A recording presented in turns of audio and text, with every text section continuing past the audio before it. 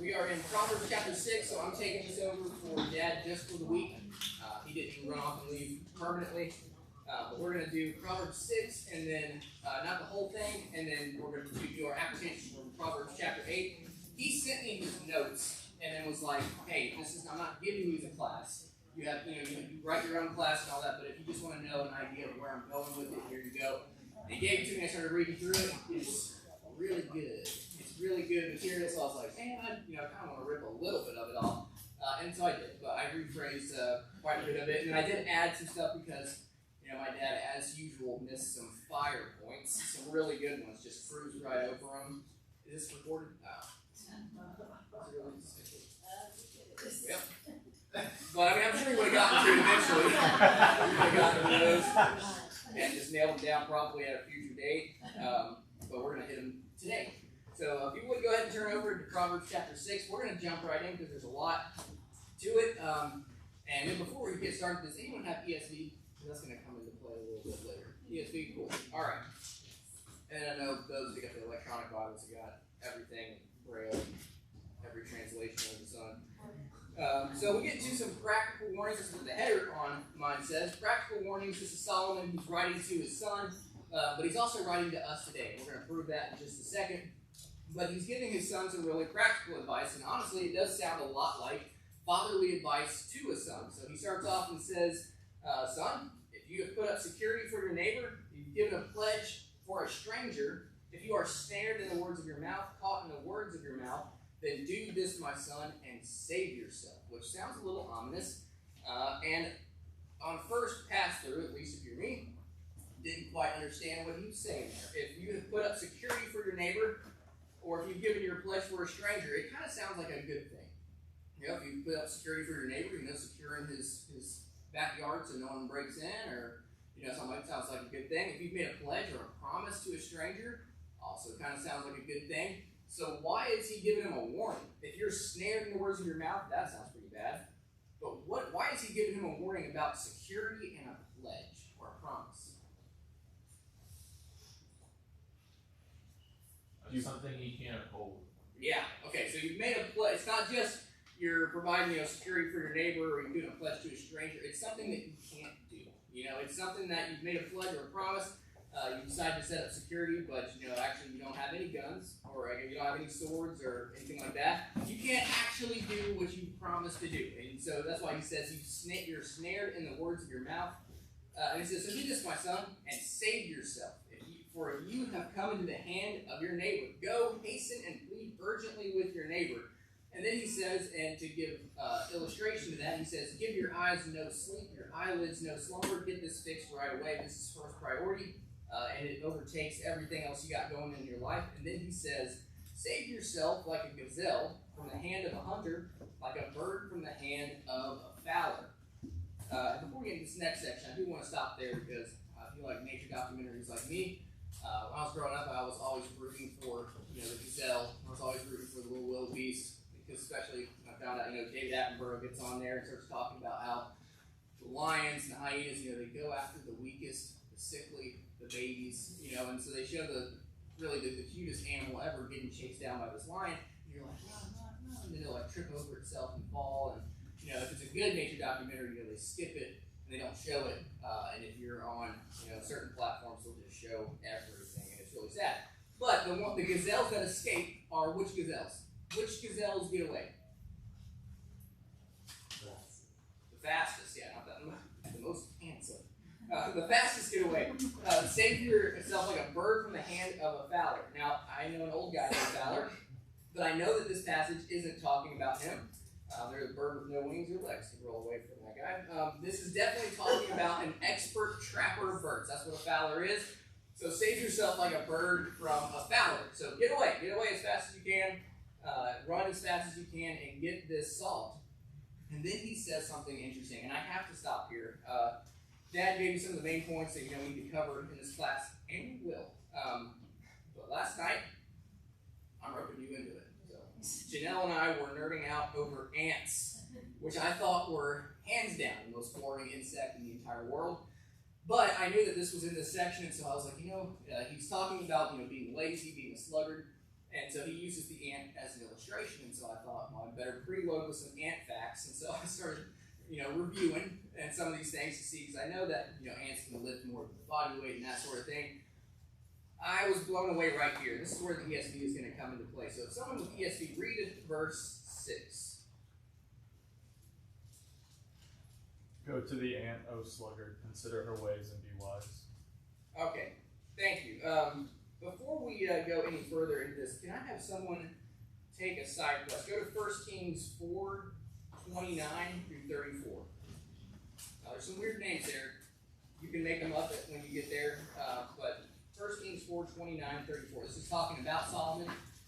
There's several other similar passages in 1 Chronicles, another one in 2 Kings that talk about the wisdom of Solomon, but this one in particular is relevant to what we're about to get into. 1 Kings 4:29 through 34.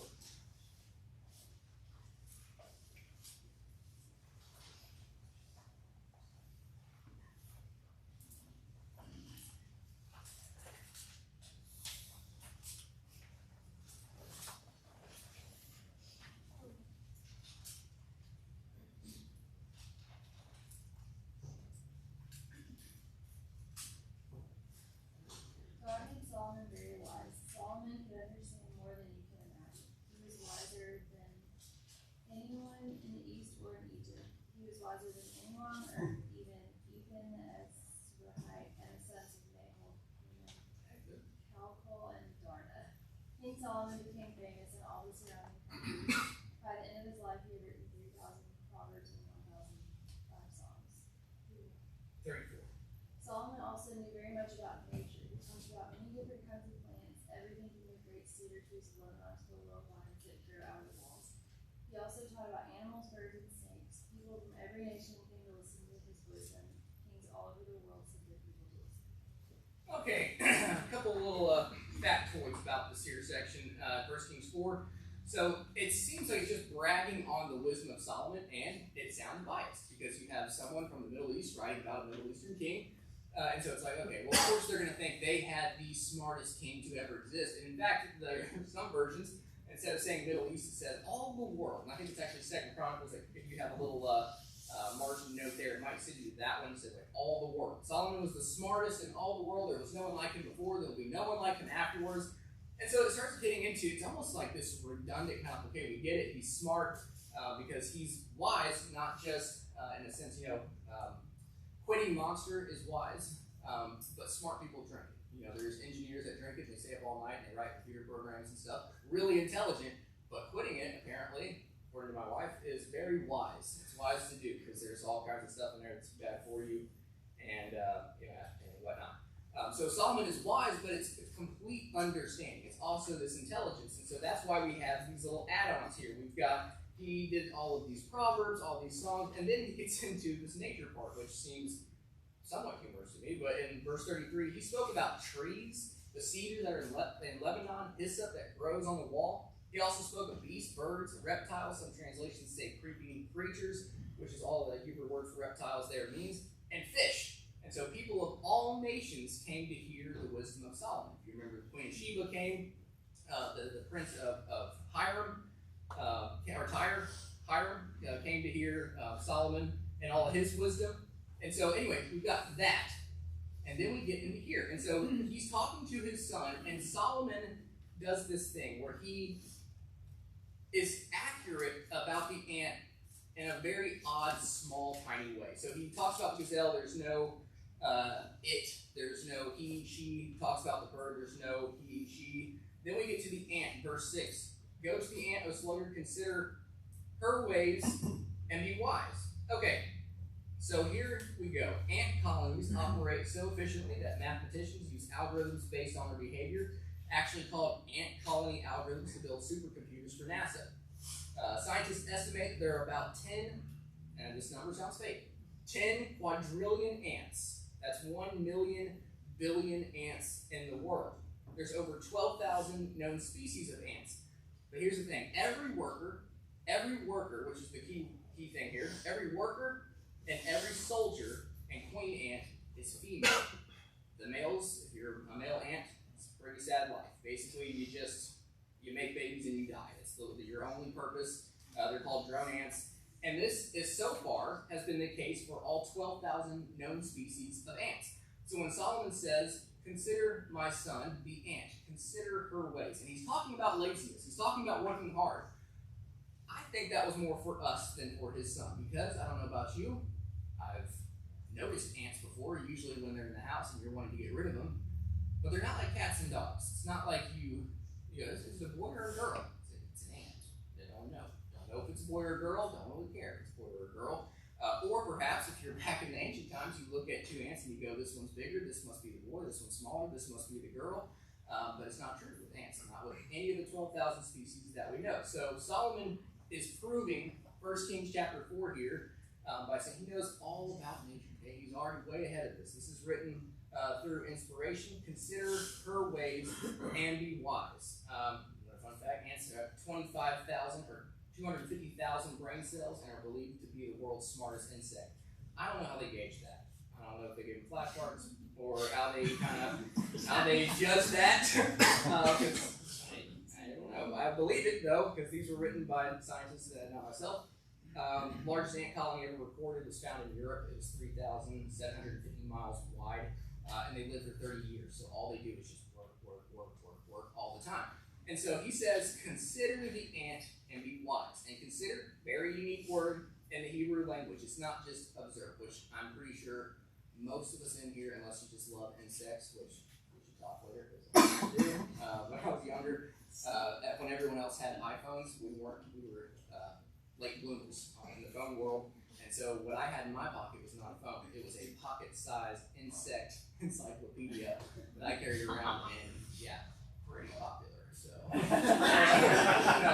it was this little tiny book, and so if my friends would pull out their phones and start texting, I had everything to do. There's no eye contact, there's no conversation, so I was like, look out on the insect book and read about peanut bugs.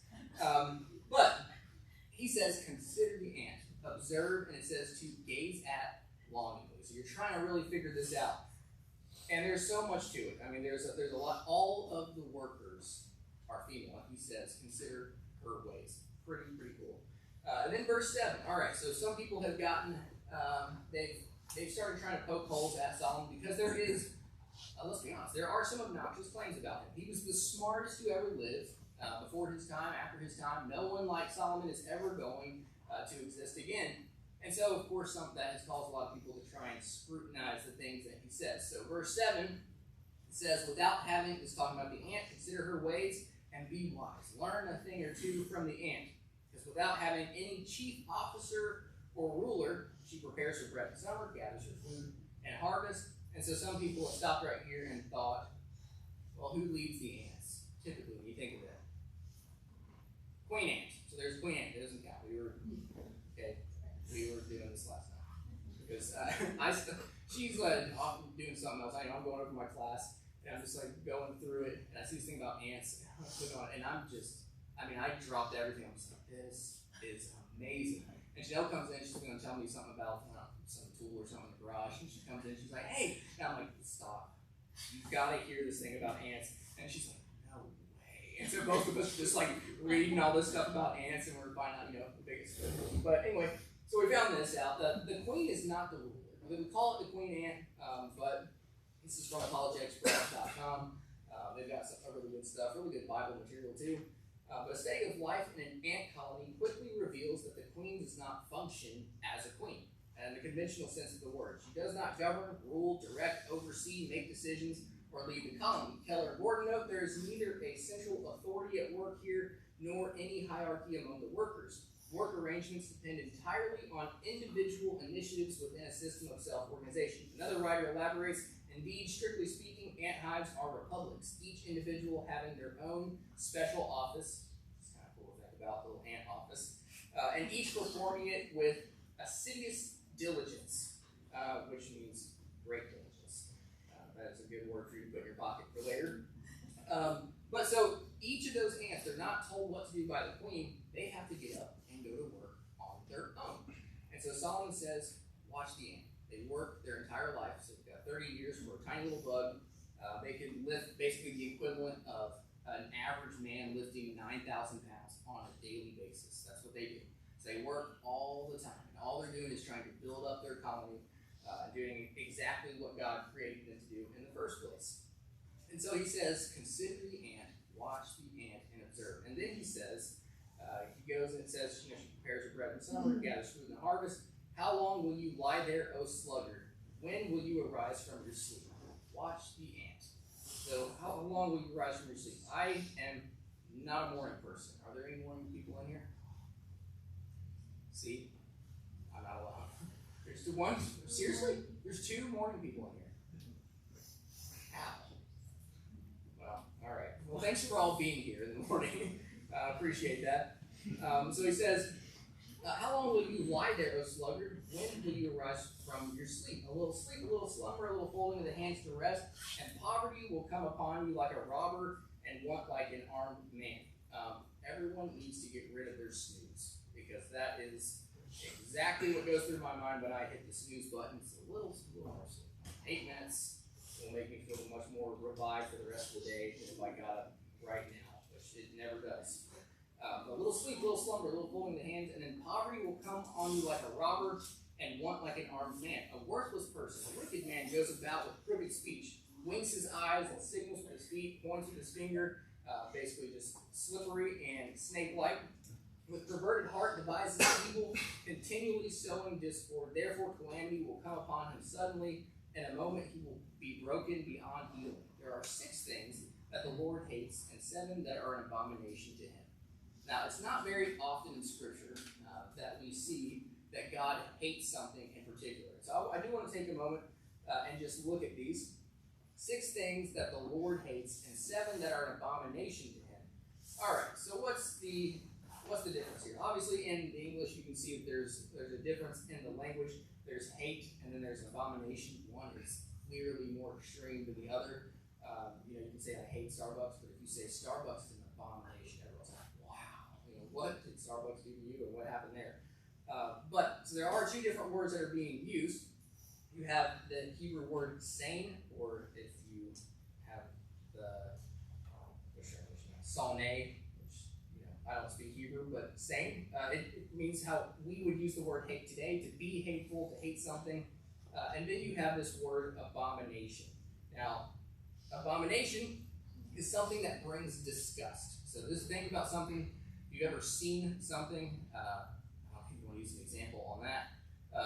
Something that just makes you kind of recoil in disgust. That's the word that's being used here. So there's something that you hate, you loathe, and then you've got an abomination, something that makes you recoil from it. Like you can't even look at it, you can't even be around it.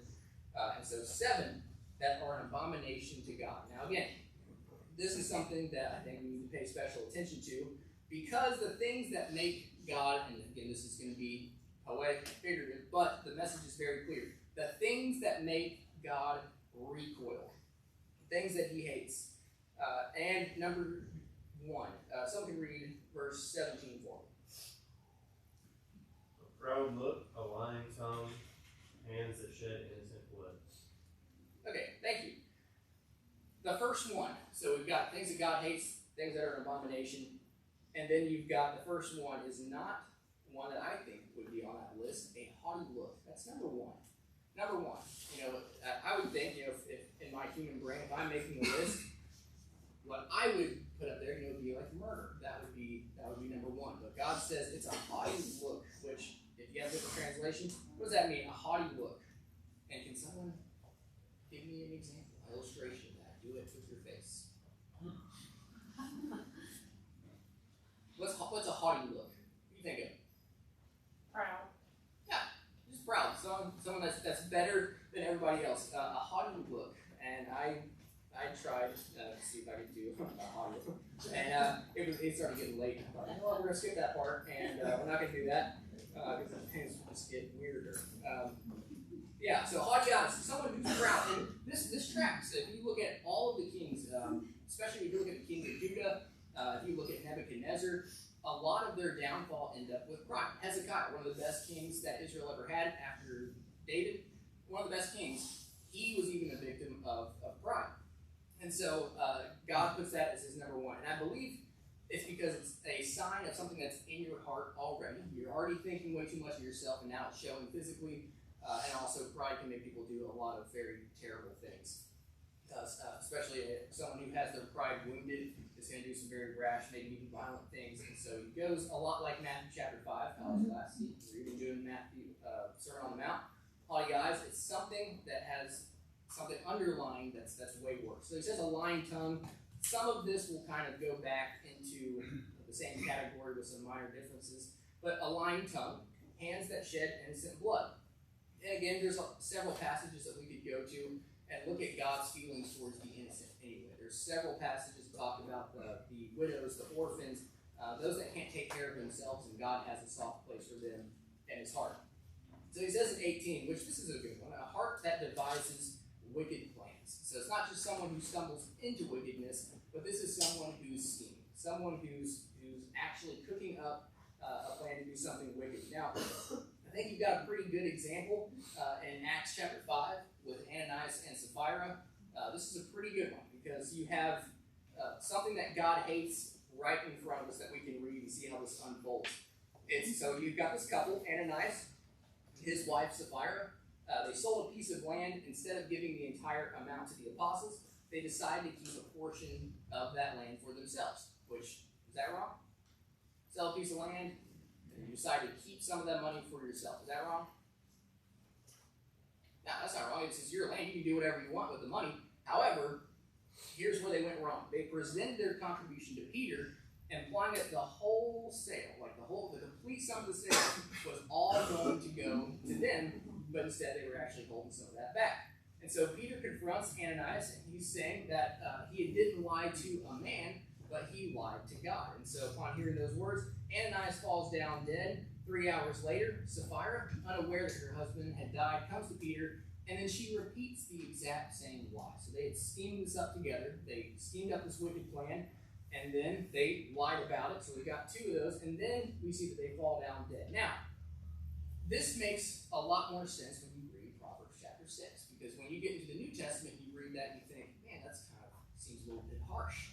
Why would God strike down these 2 people and kill them? Well, we're already warned about this beforehand, that Ananias and Sapphira are engaged in at least 2 of the things that God hates. And so both of them meet their demise as well. So a heart that devises wicked plans, and then feet that make haste to run to evil. Now, those 2 are kind of tied together.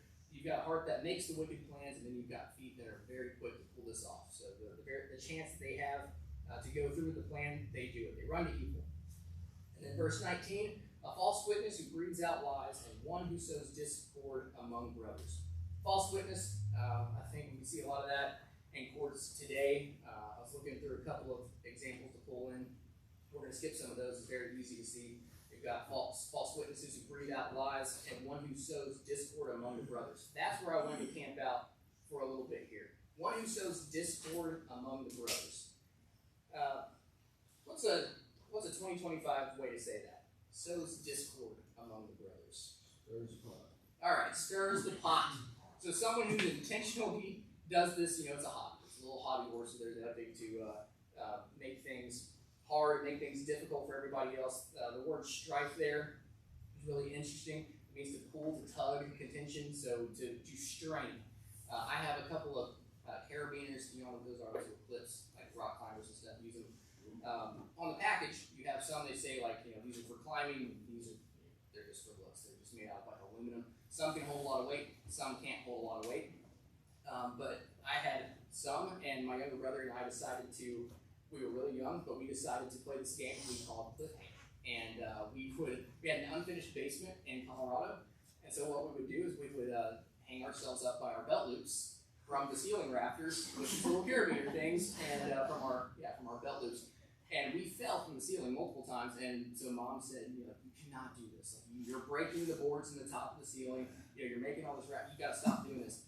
We loved it so much that we would wait for Mom to get busy, and then we would sneak down in the basement. All the lights are off, and then we would climb up and we would hang ourselves on the rafters, and quietly, because before we're kicking and screaming, we would be creaking and spinning on our belts, and we'd pass each other and look at each other, and we'd whisper like, "Cliffhanger."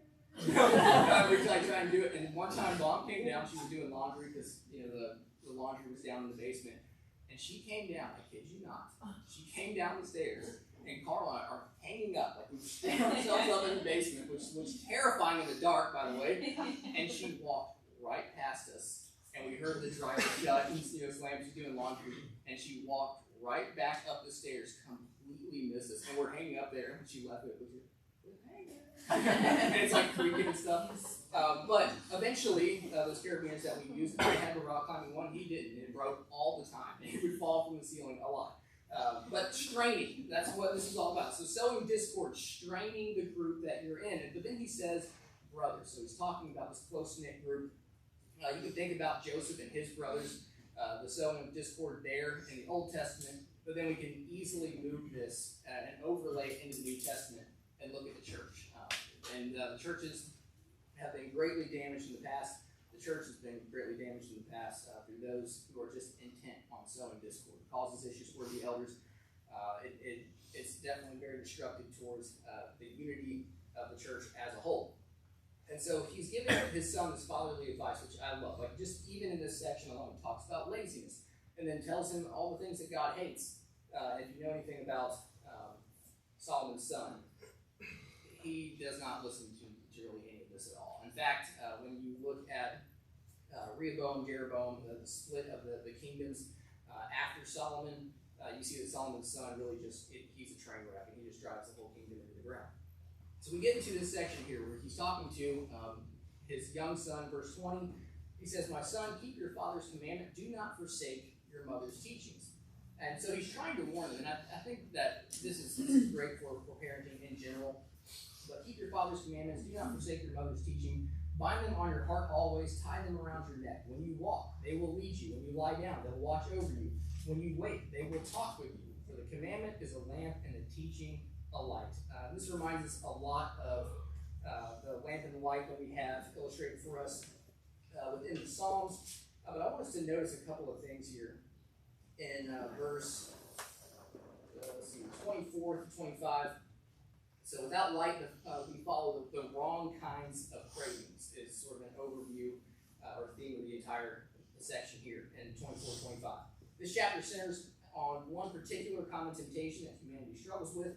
It's that forbidden fruit, illicit sexual conduct.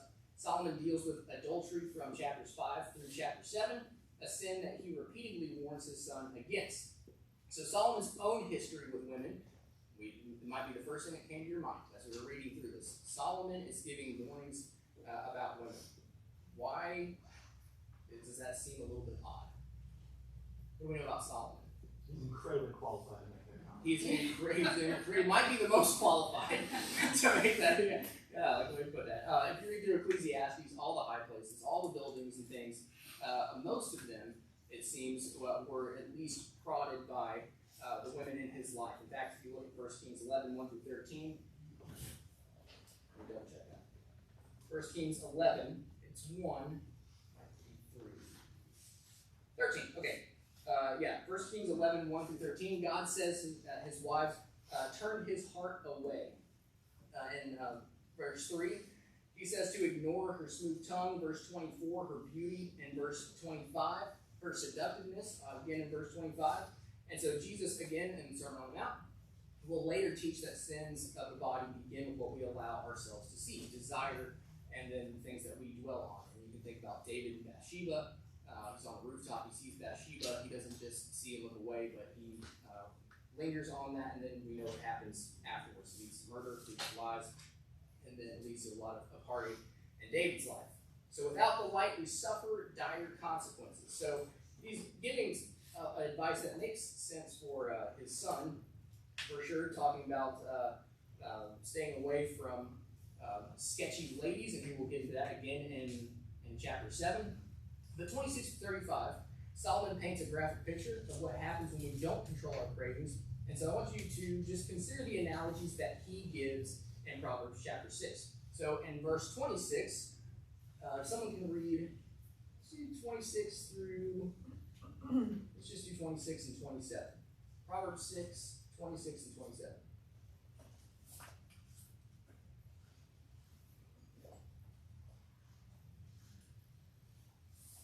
For by means of a harlot, a man is reduced to a crust of bread, and an adulteress will prey upon his precious life. Can a man take 5 fire to his bosom, and his clothes not be burned. Okay, thank you. Some translations say for the price of a prostitute, and instead of is only a loaf of bread. Some translations will say for a prostitute leaves a man with nothing but a loaf of bread. But a married woman hunts down a precious life. And so then right after that, he gives this illustration in 27. Can man carry fire to his chest and his clothes and not be burned? So the chances that you are going to get burned are pretty great, especially if you're carrying fire next to your chest. You're going to catch fire, you're going to be burned.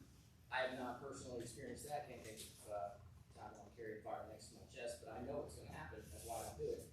But Solomon says you're going to get burned. And so in 28, or can one walk on hot coals and his feet not be scorched? I've seen people try and do that before, and I guess if you run really fast. But basically, we understand what he's saying. You're going to be burned if you're playing with fire. So is he who goes to his neighbor's wife. None who touches her will go unpunished. People do not despise a thief if he steals to satisfy his appetite, but when he's hungry. Is that true? Because I stopped on this when I was going through this. People do not despise a thief. They don't hate a thief if he's stealing to satisfy his appetite. But if he's not hungry and he steals, then we despise him. Is that true? What does this mean?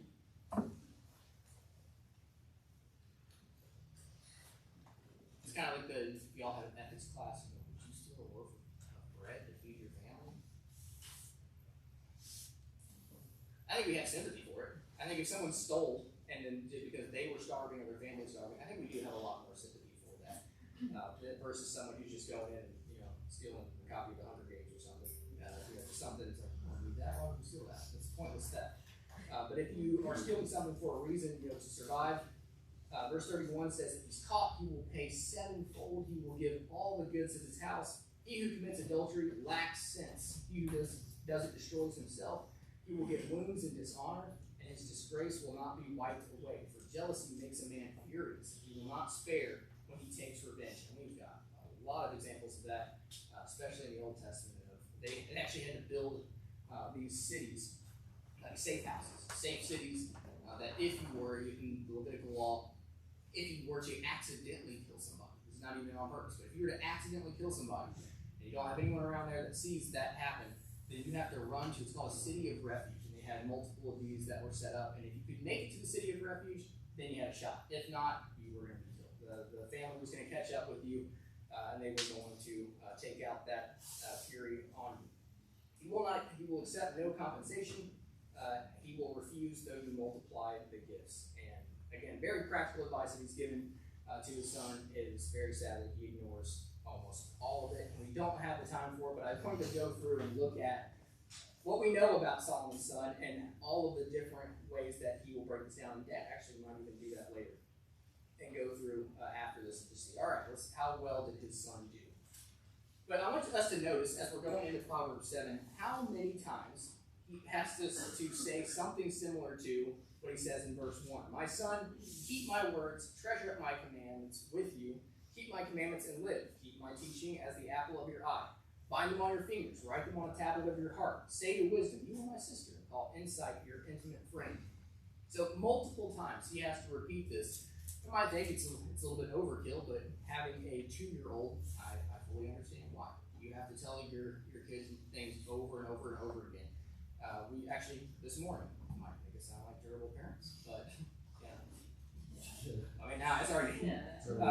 We told you multiple times not to, when he's up on the bed, to fall backwards, which is just not. If you jump backwards and just like slow motion, you fall on the bed, but he doesn't look behind him before he does it.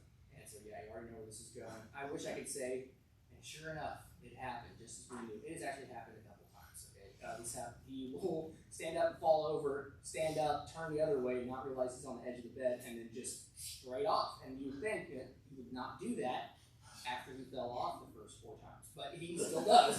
And so this morning he did it, but it was in slow motion. It was the craziest thing. He stands up and he throws his arms out and it falls backwards, but it was so slow. And when he hit the bed, he just slowly dripped off the backside of the bed. And the ground started screaming and crying. And then right after we put him back on the bed, he said, you can't fall backwards. So we waited a little bit. No. That would be insane. We gave it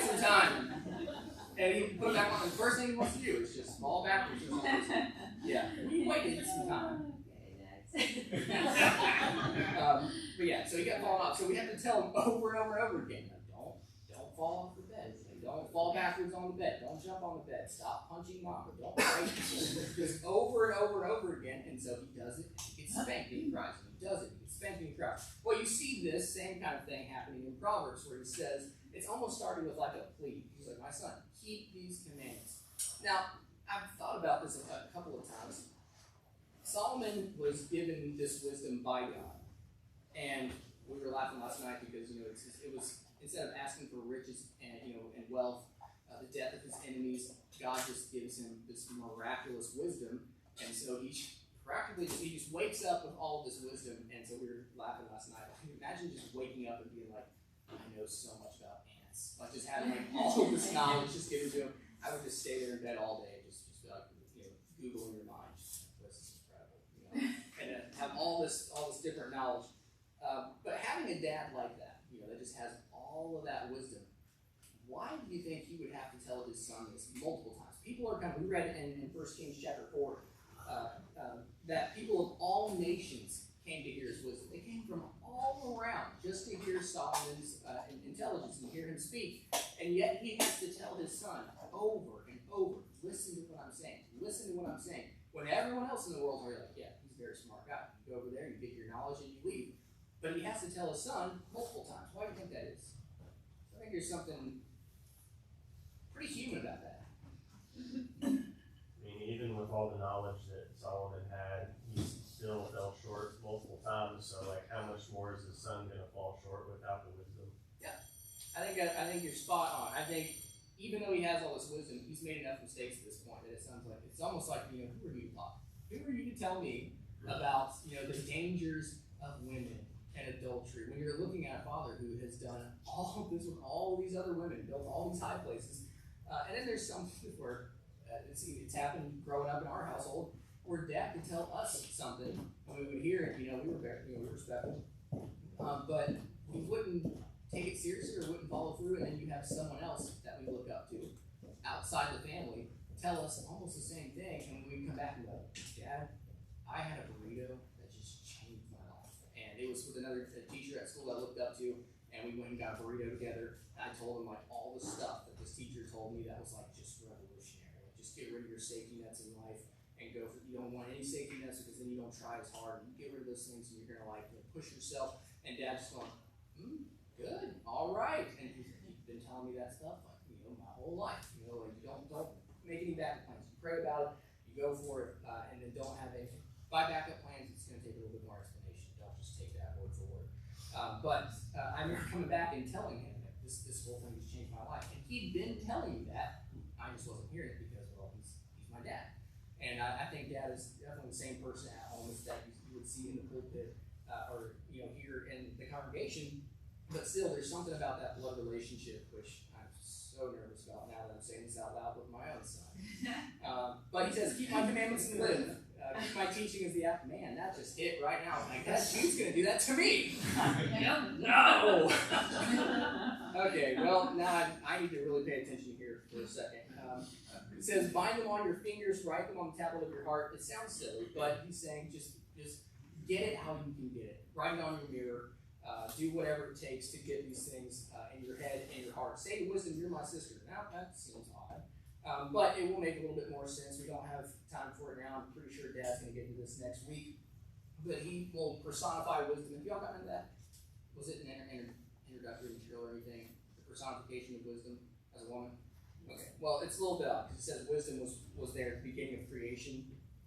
So some people have run off weird directions with that. And God is a female, which is, they just understand wisdom lit. But he's saying that wisdom was there. God used wisdom to create the world. And then so he personifies her. And it makes sense because he's going from this woman is trash. She's terrible. Stay away from her. It's going to ruin your life. This one, wisdom, she is the one that you want to keep at your side at all times. And so he makes a very sharp contrast here. You're my sister. Call insight your intimate friend.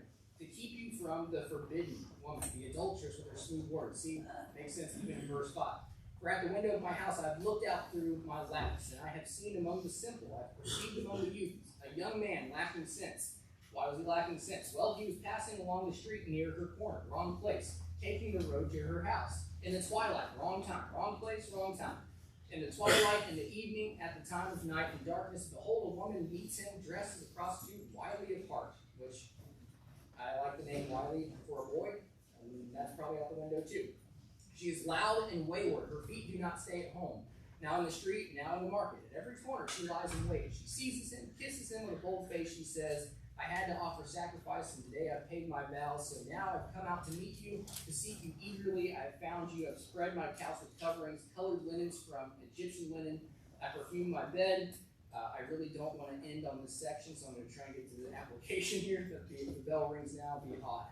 Verse 19, my husband's not at home. He's gone on a long journey. He took a bag of money with him. At the full moon will come home. So with much seductive speech, she persuades him with her smooth talk, and she compels him. All at once he follows her, and then notice how he says, as an ox goes to slaughter, or as a stag to caught fast, till an arrow pierces its liver, as a bird rushes to its snare, valor. He does not know it will cost him his life. And now, O son, listen to me. Be attentive to the words of my mouth. Let not your heart turn aside to her ways. Do not stray into her paths, for many a victim she has laid low, and all her slain are a mighty throng. Her house is the way to Sheol, and keys down, death, dark, going down to the chambers of death. So you'll notice a pattern as you go through. You're supposed to get into chapter 8. That's not happening. You'll notice a pattern as he will set up the advice up front. And then he will use all of these different illustrations, and they stick with you. I mean, a lot of these illustrations I've heard and read, multiple times, growing up or hearing it in classes, but they stick with you, and that they're supposed to be shocking for a reason. I think it's to try and get his son's attention, and so that maybe even if he does fall into one of these pits later on, he will remember the commandments of his father, and then hopefully he will rise out of that and live. Doesn't always work out, but God's given us the plan for parenting. And I, for one, am very thankful for it. Thank you all for reading. Thank you for your comments. Really appreciate it.